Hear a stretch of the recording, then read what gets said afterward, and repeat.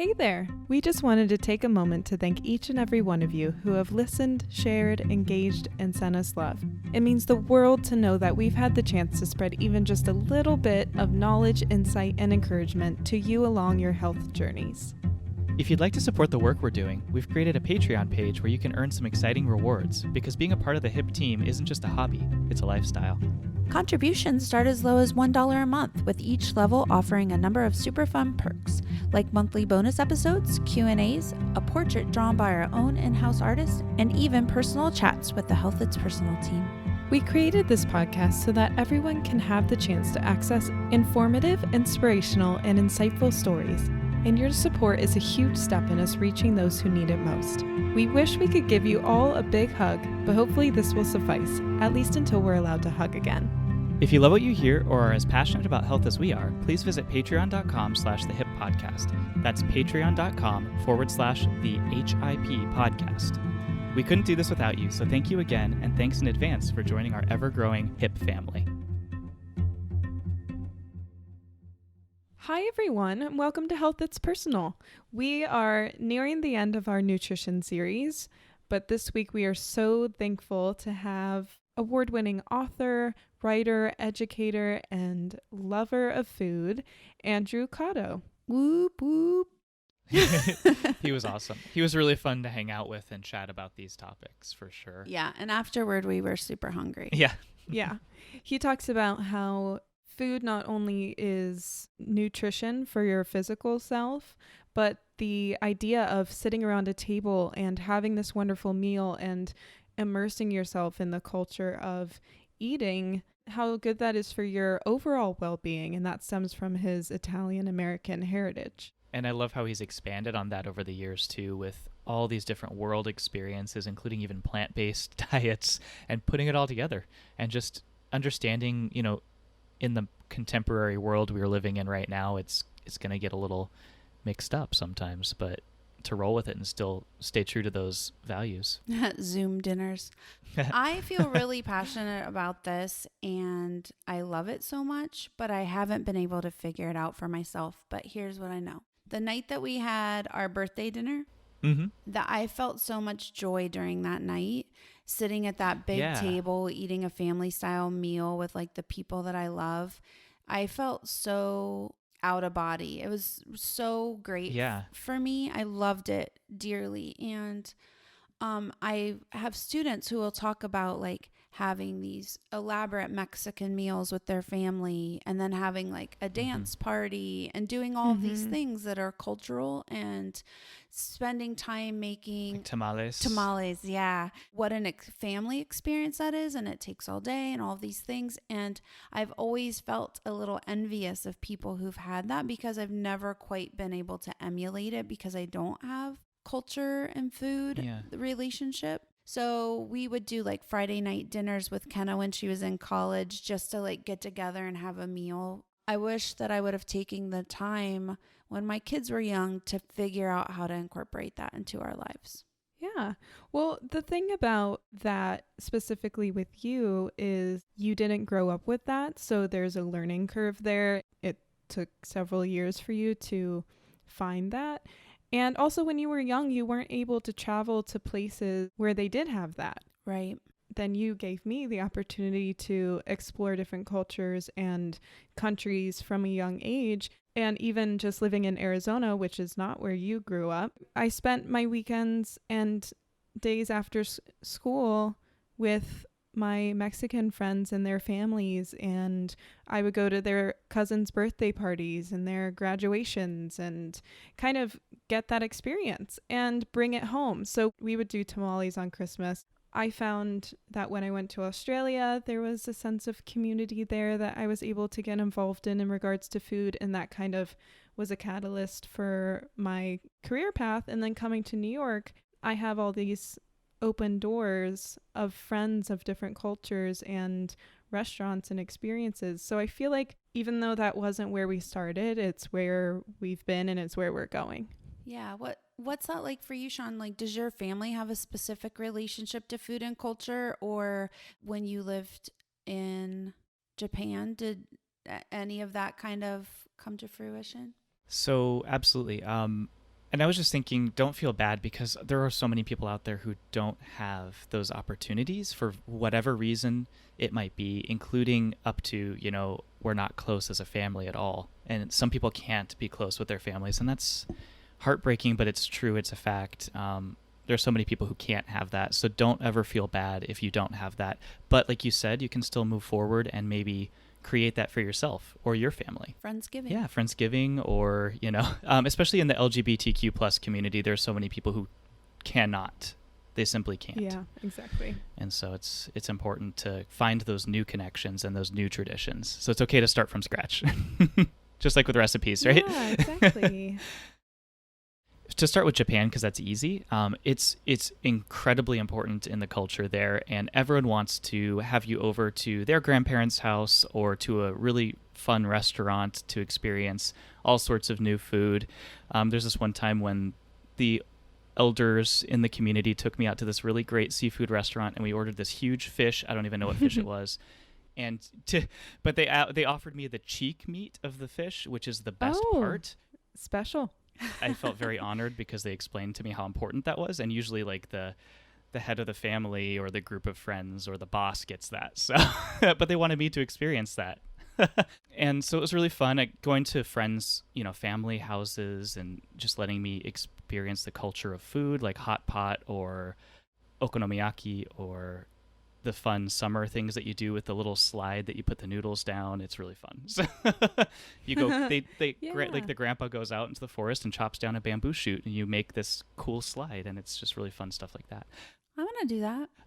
And then for my family, some of my family is from England, but they moved there from Italy. And so we have this really interesting Italian, British, American crossover.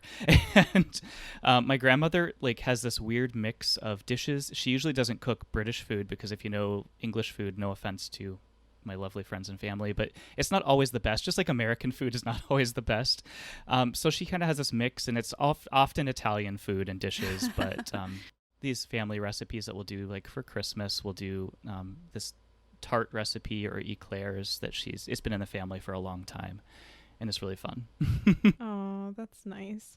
Well, and something that I love about that is that, eating it obviously brings people together, and it gives you this cultural understanding, and it makes you feel connected to your heritage and the people around you. And healthy food makes you feel like your best self. The social aspects, I think, do that too. And something that we talked about in the interview is that plant-based diets and vegan and vegetarian foods have adapted over the years in a way that they have so much flavor and so much energy and sometimes indulgence, and you can still have that when you're eating plant-based. It doesn't feel so stigmatized. You can still indulge in these things, and they can still bring you joy. It doesn't have to be a salad every time. But fair warning, just because it's plant-based doesn't mean it's healthy, because I've had so many really great dishes that are entirely vegan and it's absolutely not healthy. Yeah. Yes. Crispy tofu. French fries. Yeah. You're still frying it. Even though, all those traditional cultural recipes that are handed down from generations to generations maybe aren't the healthiest, or aren't gluten-free or vegan or whatever people are facing in your families, and we still have to feel good after the meal, even if you feel good during the meal. Right? You don't want to feel bad. So I love that there are so many adaptations, and I've told McKenna this story before, but when I was first a vegetarian and Scott and I were first married, that was like 20 years ago, and I would go to my grandma's for dinner, and she'd make lasagna, and there would be meat in it, even though she knew I was a vegetarian. And my grandma's the sweetest person ever, but she was probably just like, I can't be bothered with what Karen's doing right now. So I would pick all the beef out of the lasagna and scoot it over towards Scott, and he'd eat it. So my grandma wouldn't be offended. I don't have to do that anymore. There are so many options and choices and different things that all types of people can enjoy, and to fit in with whatever your family looks like. I will be honest, I had to stop being a vegetarian because of Japan. Because there was really no way around it. And you want to be open to trying a bunch of new things that you've never tried before. So it's really limiting. And yeah. But it'd be funny because I'm not even kidding. This happened once, but it was a frequent occurrence. You try to explain vegetarian to them and they're like, oh, don't worry, this is bacon. Yeah. Like, okay. Yeah. No, it's spam. It's spam. It's not beef. It's spam. So it's vegetarian. And everything has like a fish sauce or something like that in it. So if you're trying to be vegan, but it's funny because there are also Buddhist monks there who are vegan. But it's just culturally, if you're not that that part of the culture, then you're just gonna eat all this stuff, like eat all of the food. I tried things in Greece that I wouldn't normally try. I felt No, she really took that to the next level. That was funny and fun. I'll try this fish with a head on it. I don't care. That reminds me of like one of our final nights in Italy when we had this big family trip there. Yeah. We were on the Sorrento. We were in Sorrento on the coast, and my cousin ordered the catch of the day, like fried. And we thought, oh, fried fish that you order in an American restaurant, right? It's just a bunch of super fried fish. It was like a very lightly battered and quickly fried, like literally catch of the day, whatever was in the net, because we're right on the ocean. So it's like all sorts of heads and eyeballs. And he was like, I'm not eating this. Mm-hmm. Yeah. He couldn't. Yeah. He just couldn't do it. No, I feel that. I can feel that. Yeah, but now you can have cacio e pepe with cashew cream sauce, which Andrew mentioned. The other night I made Chrissy Teigen's spicy miso pasta with nutritional yeast and miso instead of Parmesan. So there's a way to feel like you're indulging and to feel like you're making something special for yourself or for a group and bringing people together while still staying true to those healthy choices that make you feel your best. Well, I loved Andrew's interview so much. One thing that I thought was really cool that he's doing is reading some of the parts of his books that describe different culinary delights from places that he's been. So he's been doing a reading, and McKenna's been enjoying readings lately too, trying to turn it into like a community thing Even again, distantly. right? So food and friends and I love it. Yeah, connection. So I thought that was so nice. So please, everyone, grab a cup of tea and a friend and enjoy this episode with Andrew Cotto. Health is understanding what you need, being informed, finding that balance of mental and physical, building yourself a support system, figuring things out on my own and not letting it hold me back. You do kind of have to advocate for yourself. Because health, it's personal. So Andrew, welcome. We're so glad you're here. You're very accomplished. You're an award-winning author, a journalist, an educator, and a lover of food. So before we dive into all of that, we'd love to hear a bit about your most recent writings, specifically those related to food and including one of my favorites, Live to Eat Well, that you wrote for the Good Men Project. Sure, and thank you for having me. It's really an honor, and I'm so excited. That particular article, Live to Eat Well, was sort of a culmination of a lot of the writing I've been doing the last couple of years.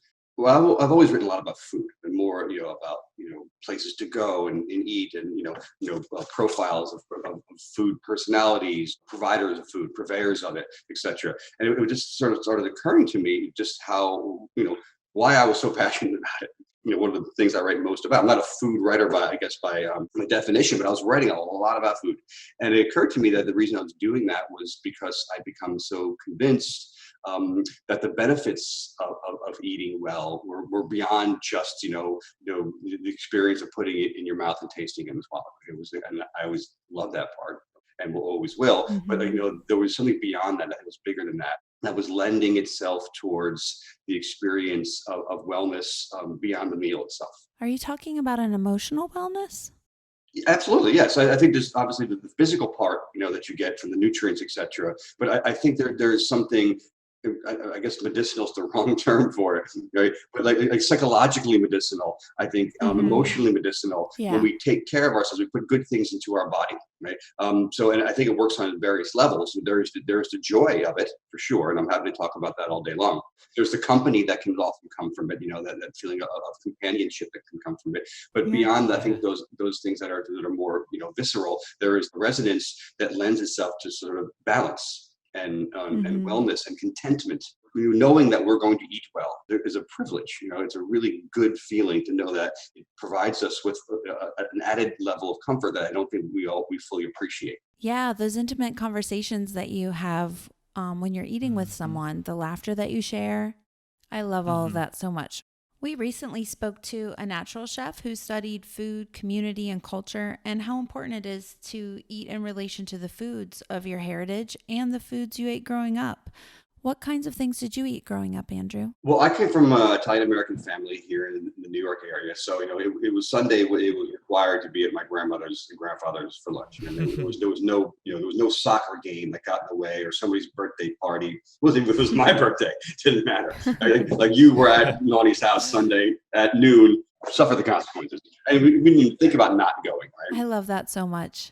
So it was an all day affair. You got there when you got there around lunchtime, and we'd be there till dark. It was all my cousins and my aunts and uncles and my grandparents, of course. And it was one of the most memorable experiences of my childhood. In that there was this feeling throughout the course of the day that we were going to be really well fed, and everything sort of operated around the table in my grandmother's dining room. It was a very small, apartment, floor through, in a 3-story home, in a 3-family home, and we'd be all packed in there. It was all centered around the dining room table, and then when it came time to eat, again, it wasn't like we'll come when we're ready. No, you come, right?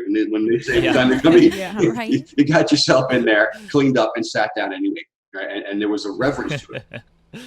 And it left this really massive impression upon me about how proud it made my grandmother and how everyone there was so close. And my cousins are still my closest family. They're my brothers and sisters. And we get together now. My favorite times, in the world today are my getting together with my cousins and eating and drinking together. That aside, my mother was also a fabulous cook. She was sort of shunning her Italian-American background and wanted to be a little more cosmopolitan. So she was like, watching Julia Child and Jacques Pepin on PBS and flipping through Bon Appetit magazines, and making these throwing these elaborate dinner parties at our home for their friends, right? So this was separate from our family. Their friends would come over, and she'd whip up something that, oh my God, something that resonated with me as well, because I'd help her a lot. But like I remember the sound of the glasses clinking and the laughter in the other room and all the oohs and the ahs, and I really fell in love with that experience of having people, in a more celebratory experience as well, and the food being beyond just Italian Americana. Oh, absolutely, yeah. So you went back to Italy recently. Was that the first time you had been back and experienced that culture firsthand? Yeah, so as I grew up, we left the East Coast. My family started moving around quite a bit. I came back, and throughout that process, I was cooking a lot. I went to college and I worked in a restaurant. So I was dining in the 90s. It was a really golden era of restaurants in New York City. There was, all the great, Italian restaurants were starting to pop up, and there was Union Pacific, and I love the Union Square Cafe. So my Italian-American heritage aside, which was mostly rooted in Sicily, right, was sort of fading from my interest, but I was gaining a real interest in, Central Italy, Tuscany, the areas around Rome. I won a contest. My company, it was a national sales contest. We went Venice, Florence, Rome, and we were in Florence on our second leg of the trip, probably 3 days into the whole thing. And I said, we're moving here. I said, I have to live in this country at some point. And my wife was just sort of like, well, whatever. Right. But 2 years later, I quit my job and moved to Florence and wrote my first book there. I was hedging towards transitioning out of my previous career towards writing and teaching. That trip just was like, blew it up. I was like, I can't not do this, and I had to do it now. And I was young enough at the time thinking, I could take a chance.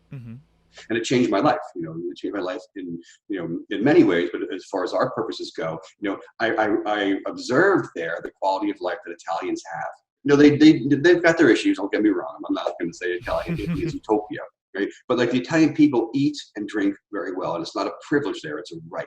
Every single person of every social class has access to very healthy food, right? They don't do farm to table, they call it food, right? They get what they get their food from the person around the corner who got it from the farmer who's off in the hill. You can see from where you're sitting, right? They make their own wine right from the hills that surround the villages, right? And they eat this. There's a provincialism that comes from it, but I don't care, right? What comes from it, from their point of view, is a quality of life that we didn't have here. I was, becoming aware of how, much of a privilege it is in America to eat well. Mm-hmm. That's awesome. I love that so much.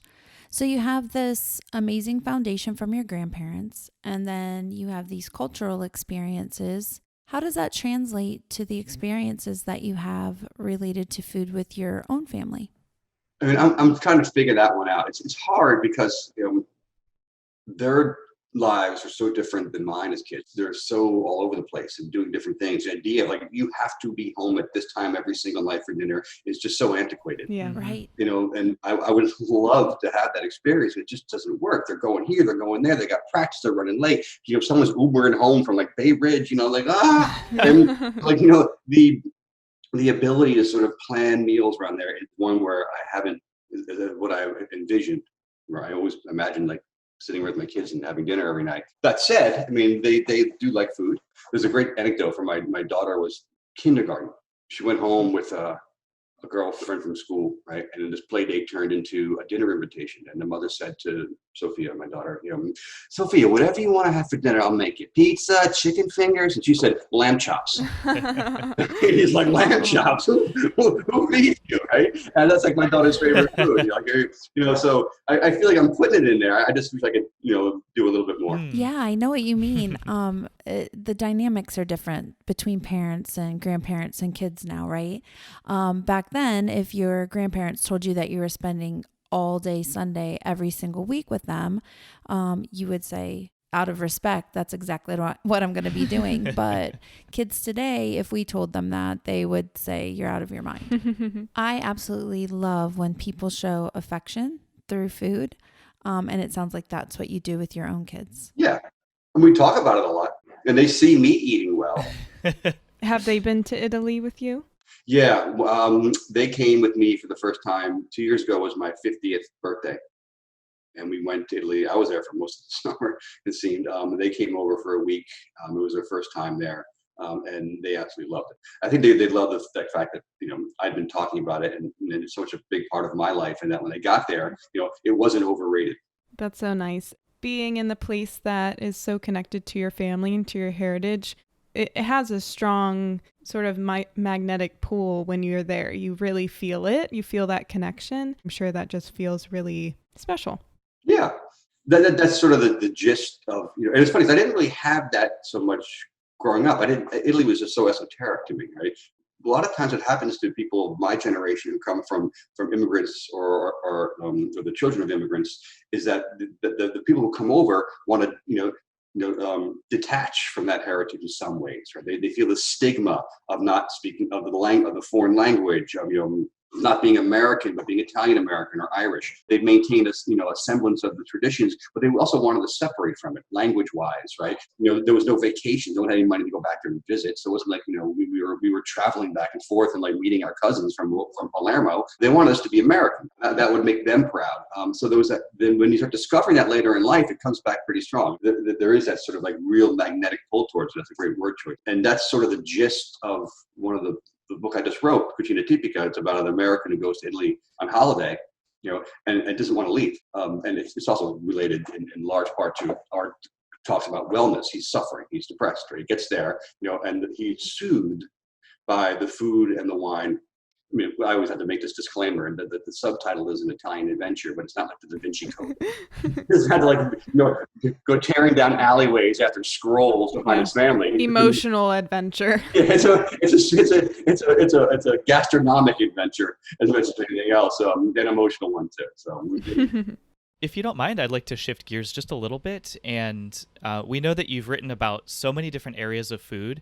And recently you did test a plant-based diet. And we were curious about how that was and how your relationship with food has adapted over the years as you become more health conscious.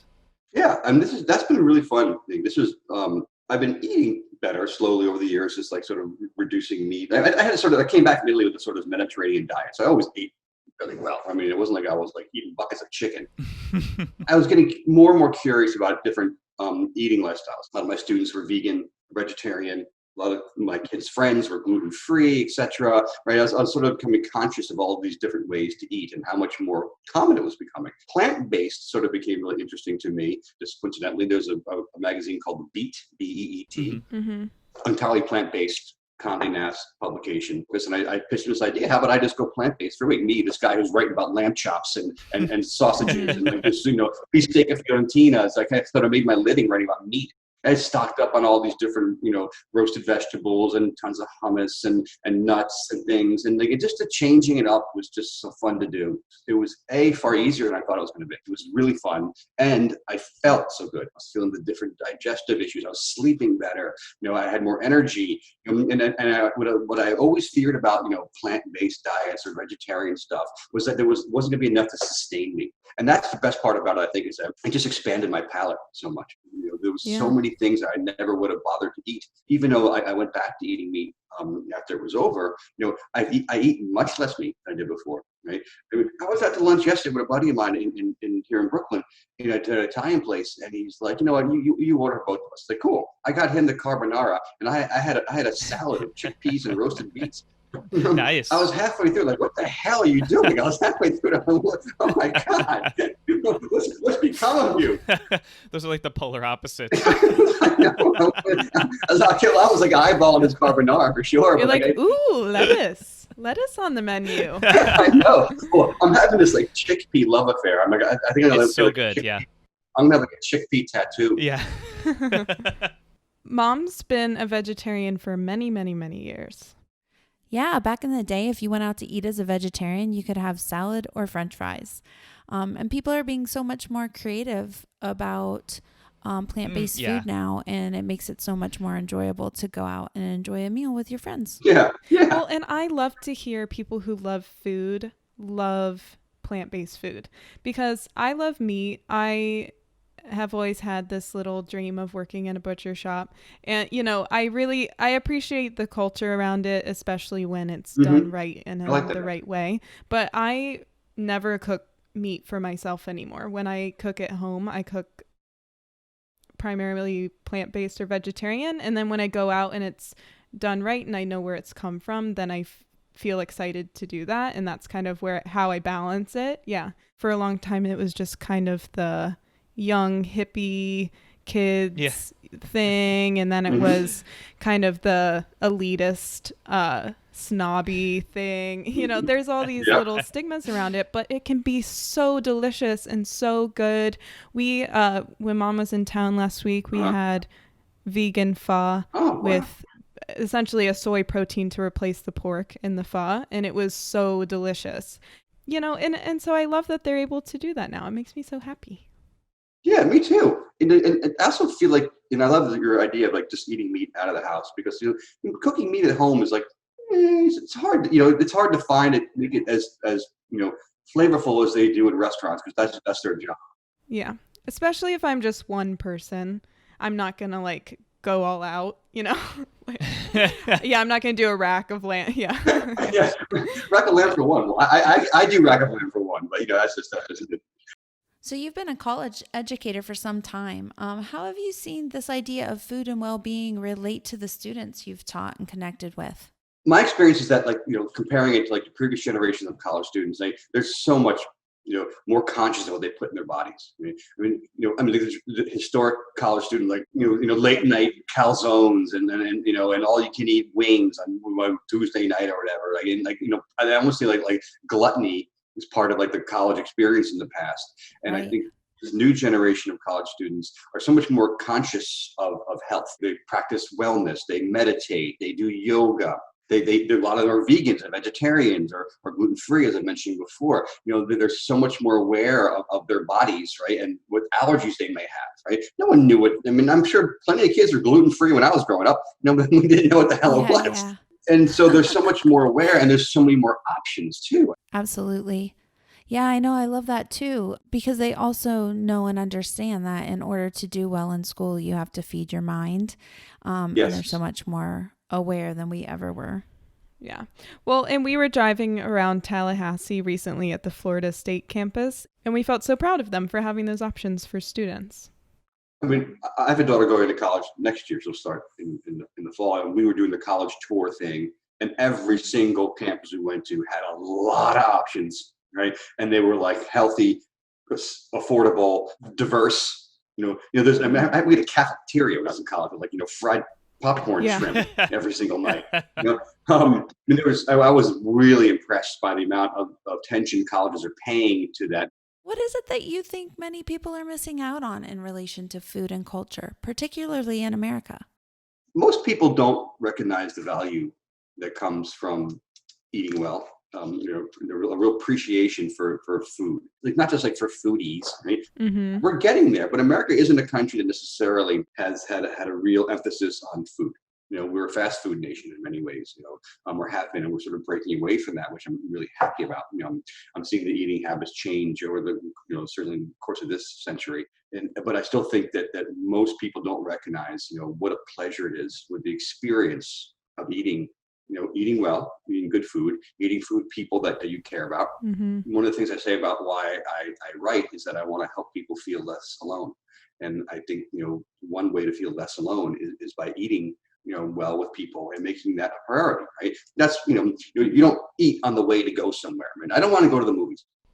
Sorry, sitting in a movie theater with someone, whether it's a date or just with your pals is fine. If you're into narratives and film, etc., I'm not dissing that. But like, if you sit around with them, and spend, your evening, for hours around a table together, you're gonna talk and get to places that you hadn't got before and acquire a level of comfort that's not accessible by doing anything else, right? But like, I think that people don't get the value in that as much as they should, and also that I don't think we recognize fully yet, the benefits to our souls from really enjoying food, because it's you can do it throughout the day, right? And I might joke about killing time between meals, right? It's only half a joke because I'm looking forward to your next meal, and thinking about it, and it provides pleasure, right? Oh, I love that.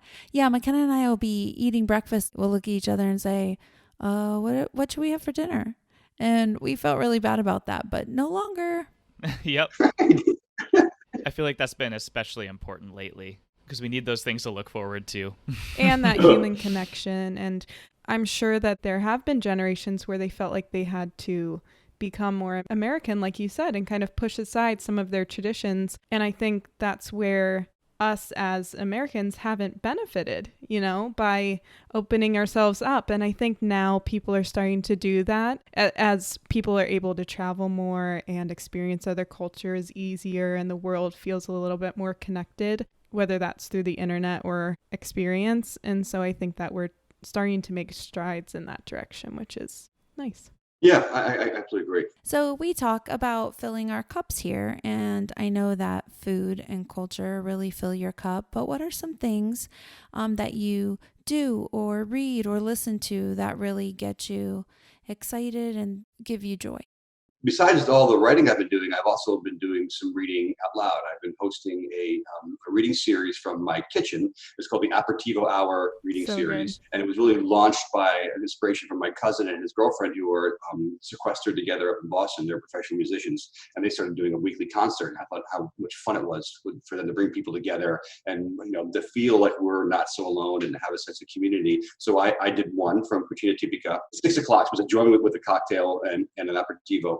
I read food scenes from the various books. So I did 3 weeks of Cuisine Tipica. I did 2 weeks from one of my other novels called Attleboro Blues, which is a noir, but the protagonist is a chef. So there's lots of good food scenes in that.